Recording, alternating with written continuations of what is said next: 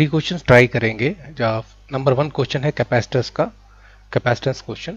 तो यहाँ पर दो जो कैपेसिटेंस है वो हमें यहाँ पर पैरेलल में दी गई है। पैरेलल का कैसे पता लग रहा है कि ये दोनों पैरेलल में है? क्योंकि देखिए दोनों की ये साइड राइट साइड की प्लेट्स लीजिए, इस पॉइंट से कॉमन है, और जो लेफ्ट साइड की प्लेट्स हैं वो यहाँ से कॉमन है। जब हमें कॉमन कनेक्शन मिल जाता है तो उसको हम पैरेलल कनेक्शन बोलते हैं।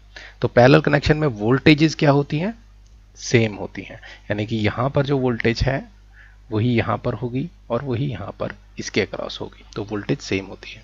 हमें पूछा क्या गया है? What is the equivalent capacitance, what is the total charge in the circuit, यानी कि बैटरी से कितना चार्ज निकल रहा है।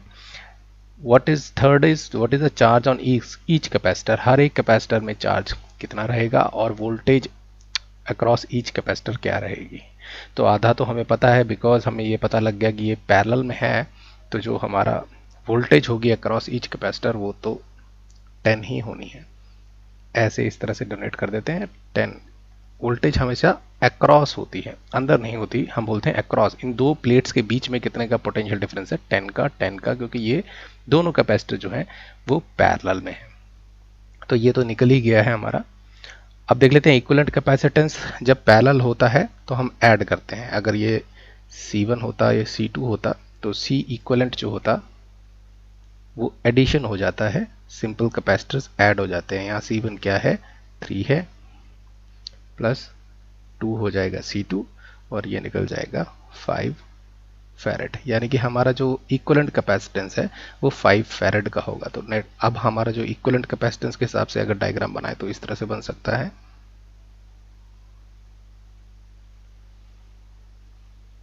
कैपेसिटेंस जो है मैं प्लेट्स के बीच में लिख रहा हूँ, फैरेड की ही है, 5 फैरेड, और ये 10 वोल्ट।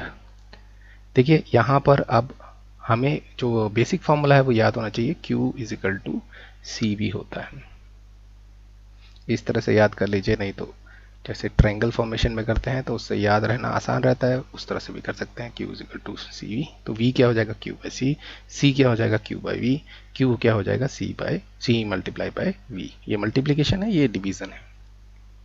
तो अब देखिए यहाँ पर हमें क्या दिया हुआ है? ये है वोल्ट और ये है फैरेड, यानी कि कैपेसिटेंस दी हुई है, यानी कि हमें वोल्टेज दी हुई है और कैपेसिटेंस दी हुई है। तो चार्ज निकाल सकते हैं, सिंपल मल्टीप्लिकेशन होना है।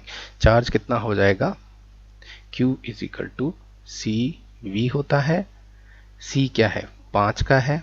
इक्विवेलेंट कैपेसिटेंस पे, क्योंकि हम टोटल चार्ज निकालना चाहते हैं सर्किट में, अकेले कैपेसिटर पे नहीं, टोटल पे निकालेंगे। 5 इंटू 10 यानी कि 50 कूलम का चार्ज होगा। तो यहाँ मैं इस डायग्राम को कंप्लीट कर देता हूँ। 50 कूलम का चार्ज यहाँ पर आ गया। अब आगे बढ़ते हैं क्वेश्चन में। जब हमें पता लग गया कि 50 कूलम का चार्ज है तो यहाँ पर कितना होगा वो देखा जाता है। डायग्राम को मैं दोबारा बना रहा हूँ आपको समझाने के लिए। वैसे बहुत ही आसान क्वेश्चन है, बट फिर भी जिससे गलती ना हो।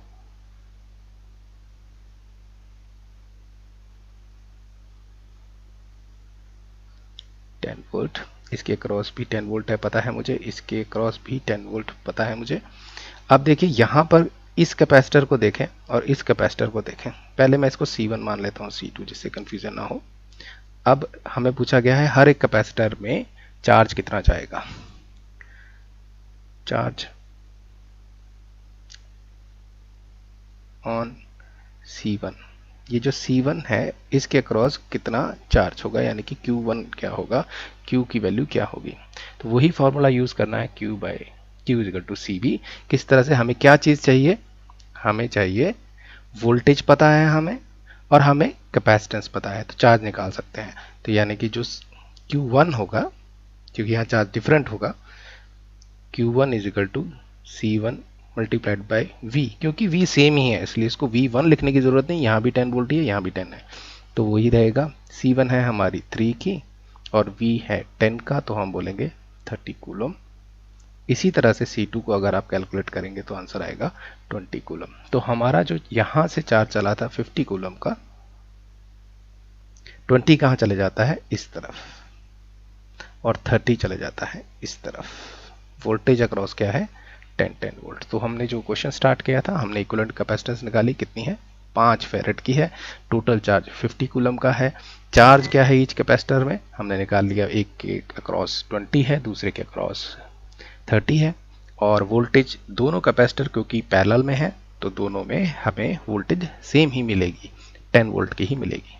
तो ये हो गया फर्स्ट क्वेश्चन। चलिए सेकंड क्वेश्चन करते हैं। सेकंड क्वेश्चन में इस तरह से कनेक्ट किए गए हैं कैपेसिटर। ये जो कनेक्शन होगा वो सीरीज का होगा, ये पैरेलल नहीं है।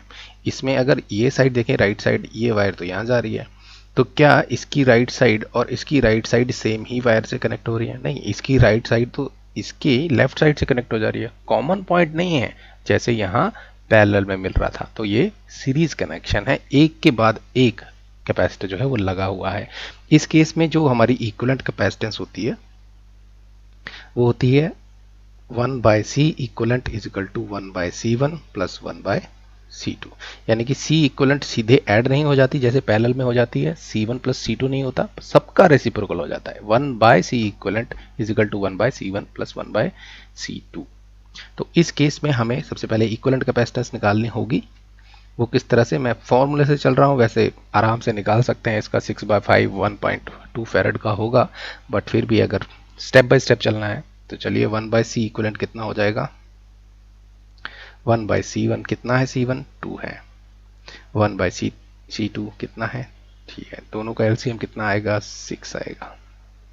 और यहाँ पर हो जाएगा 2 3 जा 6 होता है तो 3 आ जाएगा, 3 2 जा 6 होता है तो यहाँ 2 आ जाएगा, 5/6 हो जाएगा 1 बाय सी इक्वलेंट। यानी कि अगर सी इक्वलेंट लगाना हो तो इसको हमें फ्लिप कर देना है, सी इक्वलेंट ऊपर लेके जाएंगे और ये 6/5 हो जाएगा, 5/6 की बजाय। तो यहाँ पर निकालिए सी इक्वलेंट कितना हो गया, 6/5 इज इक्वल टू 1.2 फेरेड। ये हमारा इक्वलेंट कैपेसिटेंस निकली, यानी कि 1.2 फेरेड जो है इक्वलेंट कैपेसिटेंस है इस सीरीज सर्किट की। Q is equal to CV, Q is equal to CV multiply हो जाता है। तो चार्ज निकाल सकते हैं, यस कैपेसिटेंस पता है और वोल्टेज पता है, तो कितना चार्ज आएगा, Q हो जाएगा CV। ये सर्किट का हमारा चार्ज निकल रहा है, C कितना निकला, यहाँ पे इक्विवेलेंट कैपेसिटेंस लगाएंगे जिस इस सर्किट की बात कर रहे हैं, तो 1.2 इंटू 10 ये हो जाएगा 12 कूलम का। यानी कि यहाँ जो चार्ज जा रहा है वो जा रहा है 12 कूलम का। अब डायग्राम दोबारा से बना लेते हैं और यहाँ पर वोल्टेज अक्रॉस कितनी होगी और चार्ज कितना होगा वो समझते हैं। तो यहाँ देखा जाए तो हमारा जो ये सीरीज सर्किट होता है इसमें चार्ज सेम रहता है, यानी कि यहाँ से अगर 12 कूलम जाएगा तो हर एक कैपेसिटर पर Q जो है वो सेम रहता है, सीरीज में वोल्टेज डिफरेंट होती है। तो यहाँ पर इसके अक्रॉस कितना चार्ज होगा 12 कूलम का और इसके अक्रॉस कितना चार्ज होगा 12 कूलम का। अब देखिए क्या वोल्टेज निकाली जा सकती है इसके अक्रॉस, क्योंकि चार्ज तो पता लग गया सीरीज में सेम ही होता है, तो वोल्टेज डिफरेंट होगी। तो वोल्टेज किस तरह से निकाल सकते हैं, हमें फॉर्मूला याद होना चाहिए, Q is equal to CV, जो ट्राइंगल में लिख लेते हैं तो आसानी रहती है। निकालना क्या है, V निकालना है, तो क्या करना है Q/C करना है, यानी कि चार्ज को कैपेसिटेंस से डिवाइड कर देना है। तो यहाँ पर देखें वोल्टेज अक्रॉस C1, अगर मैंने इसको C1 माना है, इसको C2 माना है, कितनी हो जाएगी, V1 क्या हो जाएगी, जिसको V1 बोल देते हैं, V1 क्या हो जाएगी, ये चार्ज डिवाइडेड बाय कैपेसिटेंस, यानी कि 12/2 यानी कि 6 वोल्ट। क्या दूसरे की निकालने की ज़रूरत है, नहीं, टोटल होके 10 आना चाहिए क्योंकि इसके क्रॉस 10 वोल्टेज है, 6 ये ले गया, 6 यहाँ ड्रॉप हो गया तो कितना रहेगा 4। फिर भी अगर आपको कैलकुलेट करना है C2 के अक्रॉस कितना हो जाएगा V1, वही फॉर्मूला Q/C यानी कि 12/3 हो जाएगा। 12/3 कितना होता है 4 वोल्ट। निकालने की ज़रूरत नहीं है बट अगर निकालना है तो आप निकाल सकते हैं। तो यहाँ पर अक्रॉस को कैसे लिखते हैं, ऐसे लाइन से लगा देते हैं और बोलते हैं ये 4 वोल्ट है और यहाँ पर 6 वोल्ट का पोटेंशियल डिफरेंस है। तो हमने हर एक कैपेसिटर पे चार्ज भी निकाल लिया और वोल्टेज भी निकाल ली। अब चलते हैं थर्ड क्वेश्चन की तरफ। अब लास्ट क्वेश्चन देख लेते हैं जो मिक्स सर्किट का है, यानी कि इसमें कुछ कनेक्शंस पैरेलल भी हैं और कुछ सीरीज में भी हैं। तो यहाँ पर हम किस तरह से सॉल्व करेंगे इसको, तो अगर हमें दो चीज़ें याद हों कि पैरेलल अगर कनेक्शंस हों कैपेसिटर्स के तो वोल्टेज सेम रहती है, और जब हमारा सीरीज में है कैपेसिटर्स, तो Q सेम रहता है। तो हम उस तरह से ऐड कर सकते हैं। और जब पैरेलल होता है तो कैपेसिटर किस तरह से ऐड होते हैं? Simple addition, C1 plus C2 हो जाता है। और अगर सीरीज में हो तो हमें 1/C1 प्लस 1/C2 करना पड़ता है। ये 1/C इक्वलेंट के इक्वल होता है। उल्टा हो जाता है एक तरह से, यहाँ से इक्वलेंट सीधे ऐड हो जाता है पैरेलल में, और यहाँ पे 1/, होकर ऐड होता है, 1/, होके ऐड होता है। अगर ये चीज़ याद है तो हम इसको कर सकते हैं अटेम्प्ट। हमें तो सिंपल बोला है कि इक्वलेंट कैपेसिटेंस निकालिए और टोटल चार्ज सर्किट का निकालिए। बहुत ही सिंपल क्वेश्चन है, पर देखिए कैसे सॉल्व कर सकते हैं। अब देखिए इसको हम एलसीएम मेथड से भी कर सकते हैं, मैं आपको एलसीएम मेथड से भी करके बताऊंगा, और हम सीरीज मेथड से भी कर सकते हैं। जो ट्रिक है वो भी यूज़ कर सकते हैं, खासकर जब दो कैपेसिटर्स हों। तो देखिए सबसे पहले हम ये सबसे बाहर वाला जो है इसको सॉल्व कर लेते हैं। इसको सॉल्व करने के लिए यहाँ अगर हमारा कैपेसिटर एक ये है, ये C1 है, C2 है, तो क्या हम निकाल सकते हैं सीरीज में इसकी कैपेसिटेंस क्या होगी? सिर्फ इन दोनों की बात कर रहे हैं, बाकी सर्किट भूल जाइए। तो यहाँ पर क्या हो जाएगा? सीरीज में कैपेसिटेंस C इक्वलेंट क्या होती है? 1/C1 प्लस 1/C2, यानी कि बटा करके इक्वल करना होता है। कितना हो जाएगा? 1/C1 1/2 प्लस 1/2 कितना हो जाएगा? 1। ये हो जाएगा हमारा 1/C इक्वलेंट। उल्टा भी कर देंगे, 1/1 ही होगा, तो क्या निकलेगा? C इक्वलेंट कितना निकलेगा? 1। तो उसी तरह से ट्रिक क्या यूज करते हैं? सिंपल मल्टीप्लाई कीजिए, 2 × 2 4 डिवाइडेड बाय 4, 2 + 2, यानी कि मल्टीप्लाई कीजिए और फिर डिवाइड कीजिए। खासकर तभी लगाइए जब दो कैपेसिटर हो, तीन में थोड़ा सा कॉम्प्लेक्सिटी आ जाता है, तो बेटर है वो एलसीएम से ही करें। बट यहाँ पर मैं इसको डायरेक्टली निकाल सकता था, 1 के इक्वल 2 × 2 4 डिवाइडेड बाय 2 + 2 4, 4/4 क्या होगा? 1 होगा, तो हम सीधे इसको निकाल सकते थे 1। तो ये मेरा कैपेसिटेंस आ गई है इसकी। इन दोनों की अगर बात करें, डॉटेड लाइन से बता दिया, ये आ रही है मेरी 1 फैरेड के इक्वल। उसी तरह से यहाँ भी लगा देते हैं, यहाँ पर ये भी तो दोनों सीरीज में है, तो उसी तरह से अगर इसको किया जाए तो कितना आ जाएगा? अब एलसीएम से आप कैलकुलेट करें, 1/3, 1/C equivalent equal to 1/3 plus 1/3, और फिर जो सोल्यूशन आता है वो लिख सकते हैं। अगर हम शॉर्ट तरीके से करना है तो 3 × 3 9 डिवाइडेड बाय 3 + 3 6। अगर मैं आपको एलसीएम से करके बता रहा हूँ, 1/C इक्वलेंट कितना होगा, इस केस में बात कर रहा हूँ आप, ये हो जाएगा, यहाँ पे C1 कितना है? 3 है, यहाँ पर C2 कितना है? 3 है। एलसीएम कितना आ जाएगा? सॉरी, ये तो 1/3 है, तो 2/3 आंसर आ जाएगा। C इक्वलेंट कितना हो जाएगा? उल्टा करना पड़ेगा, 3/2। अगर 1/C इक्वलेंट 2/3 के इक्वल है तो C इक्वलेंट 3/2 के, ये भी उल्टा हो जाएगा। तो 3/2 कितना होता है? 1.5 फैरेड के इक्वल होता है। तो वही मैं बोल रहा हूँ कि अगर दो हों तो बहुत इजीली कर सकते हैं। 3 × 3 कर देते, 9, और 3 + 3 डिवाइड कर दो, यानी कि यहाँ पर मैं शॉर्टकट तरीके से अगर इसको करना होता तो क्या करता? 3 × 3 और 3 + 3 अगर सीरीज में, ये कितना होता है? 9 डिवाइडेड बाय 6, 3 × 3 = 9 होता है, 3 × 2 = 6 होता है, 3/2 कितना होता है? 1.5 फैरेड। तो सेम ही निकलता, दो में हम कर सकते हैं, इतना कॉम्प्लेक्सिटी करने की ज़रूरत नहीं है। अगर सिंपल दो सीरीज में दिए हैं तो मल्टीप्लाई, एंड उनका जो भी एडिशन है वो डिवीजन में रखिए, नीचे रखिए। तो इस तरह से हमने निकाल लिया। आप किसी भी तरीके से को फॉलो कर सकते हैं। जब भी कॉम्प्लेक्स हो, दो से ज़्यादा हो, तो एलसीएम मेथड यूज़ करें। अगर दो हैं तो सिंपली मल्टीप्लाई, और फिर जो भी एडिशन है उससे डिवाइड कर दीजिए। तो ये प्रैक्टिस करेंगे तो आ जाएगा, जल्दी जल्दी हो पाएगा। तो ये भी निकाल लिया मैंने, ये दो हैं, इनका 1.5 फैरेड। अब ये देखिए, जो भी हमारा यहाँ पर 1.5 फैरेड का इक्वलेंट निकल रहा है, यहाँ 1 फैरेड का है। अगर ये दो कैपेसिटर यहाँ होते, यहाँ 1 फैरेड का, क्योंकि निकाल ही लिया, इसका मतलब क्या है? ये वहां पे समझिए 1 फैरेड ही लगा है।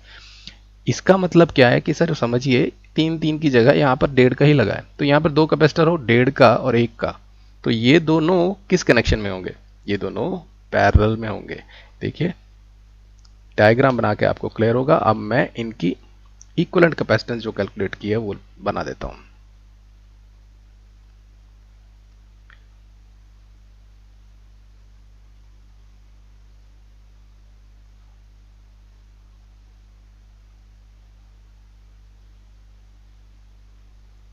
अब ये दोनों हमने इक्विवेलेंट कैलकुलेट कर लिए हैं। अब ये दोनों किस में है? पैरेलल में है। कैसे पता लगा है? देखिए इसका लेफ्ट साइड प्लेट देखिए, दोनों की एक ही वायर पे यहाँ पे कॉमन है, और इनकी राइट प्लेट देखिए वो भी एक कॉमन यहाँ अटैच है। तो जब पैरेलल में होंगे तब तो हमारी कैपेसिटेंस सिंपल ऐड हो जाती है। अगर ये C1 और C2 हो तो इक्विवेलेंट इन दोनों की क्या निकलेगी, C इक्विवेलेंट, क्योंकि ये सीरीज में नहीं है, अब ये पैरेलल में है तो C1 प्लस C2 हो जाएगा, कैपेसिटेंस ऐड हो जाती है। तो यहाँ पर तो 1 प्लस 1.5 लिखना था, 2.5।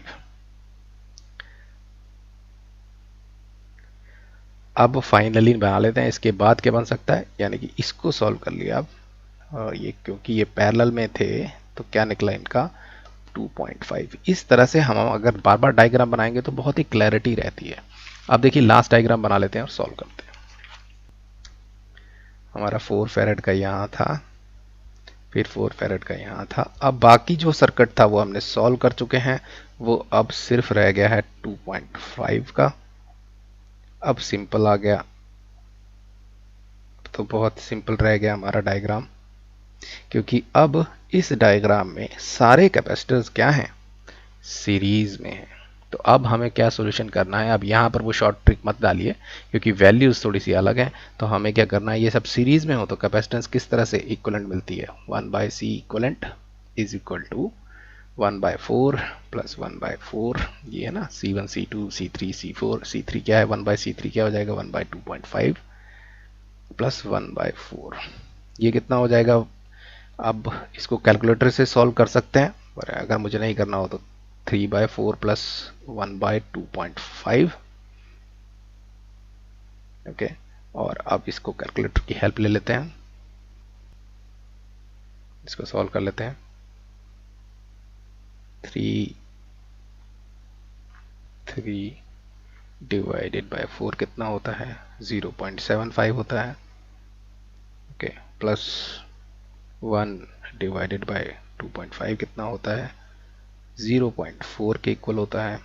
तो 0.75 प्लस 0.4 कितना हो जाएगा, 1.15। क्या आंसर आ चुका है, नहीं, ये तो अभी तक हमें 1/C इक्वलेंट मिला है, 1/C इक्वलेंट। तो C इक्वलेंट के लिए क्या किया जाए, जैसे 1.15 डिवाइडेड बाय 1 लिख सकता हूँ, इसको उल्टा करना पड़ेगा। तो हमें 1 डिवाइडेड बाय 1.15 निकालना होगा, जो आएगा 0.869 के लगभग 0.87 मान लेते हैं इसको, इतने फैरेड। तो हमारा जो कैपेसिटेंस निकल रहा है, इक्विवेलेंट कैपेसिटर पूरे सर्किट का, वो निकल रहा है 0.87। तो इसको अगर हम सर्किट में दिखाना चाहें तो अब हमारा आ गया 0.87 फैरेड, और 10 वोल्ट की बैटरी अटैच है, 10 वोल्ट चार्ज बता सकते हैं, सिंपली मल्टीप्लाई होगा, Q होता है C इंटू V, C ये है, V ये है, मल्टीप्लाई करना था, यानी कि 8.7 कूलम के लगभग चार्ज जो है वो फ्लो कर रहा होगा। और हमने कैपेसिटेंस भी निकाल ली इक्विवेलेंट, और हमने चार्ज भी निकाल लिया। Simple, thank you.